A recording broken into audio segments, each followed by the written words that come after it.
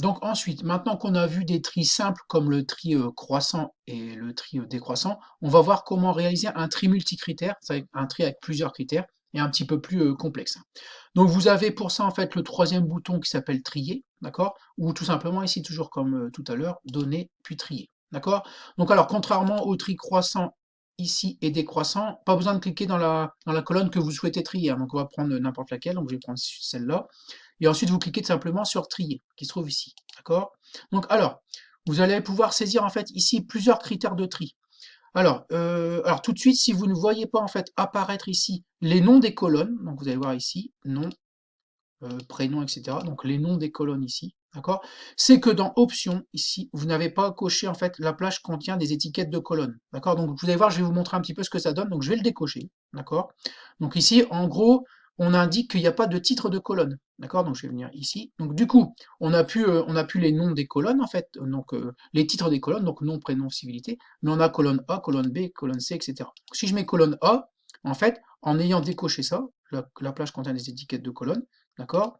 Je fais en ordre croissant, par exemple de A vers Z, et je clique sur OK, d'accord? Donc maintenant ici, le nom a disparu. Donc il a été trié, d'accord? Donc il est ici, d'accord? Donc ce qu'il faut faire, donc on va faire édition, annuler le tri, d'accord? Et surtout quand vous lancez un tri, donc ici, en trier ici, il faut surtout aller vérifier en fait ici que vous avez coché la plage contient des étiquettes de colonnes. Donc par défaut, il me semble que c'est coché, d'accord?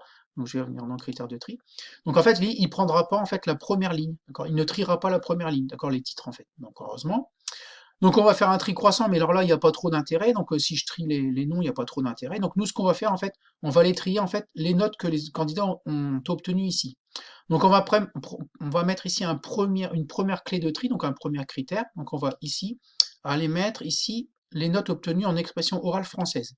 Et on va faire un tri décroissant, d'accord? Donc de la meilleure note à la plus mauvaise. On va mettre un deuxième critère de tri. Donc on va prendre expression orale anglaise. Donc pareil, en décroissant, etc., etc. Donc expression corporelle en décroissant. Ensuite, test logique, décroissant.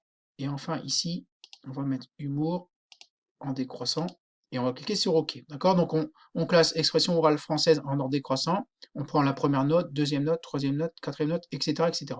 Et on clique sur OK. Alors vous voyez qu'à chaque fois que je rajoute une clé de tri, il m'en rajoute une en dessous. D'accord? Donc voilà, on va cliquer sur OK. Alors, voilà ce que ça donne en fait. Donc on fait un premier tri en fait sur la colonne expression orale française. D'accord? En cas d'égalité, donc c'est valable pour ces candidats-là, on trie en fait celle-là en ordre décroissant également. D'accord? Donc là on a bien de 18 à 3. D'accord? En cas d'égalité ici, donc par exemple comme ici, on fait la même chose, on fait un tri décroissant, etc., etc. D'accord? Donc premier critère de tri, première clé de tri, d'accord? Décroissant. En cas d'égalité, hop, on trie sur la deuxième colonne. Donc en fait, ce que vous allez mettre, alors je vais venir ici, ce que vous allez mettre ici, on va d'abord prendre le premier critère en décroissant. En cas d'égalité, on passe au suivant, etc., etc., etc. D'accord?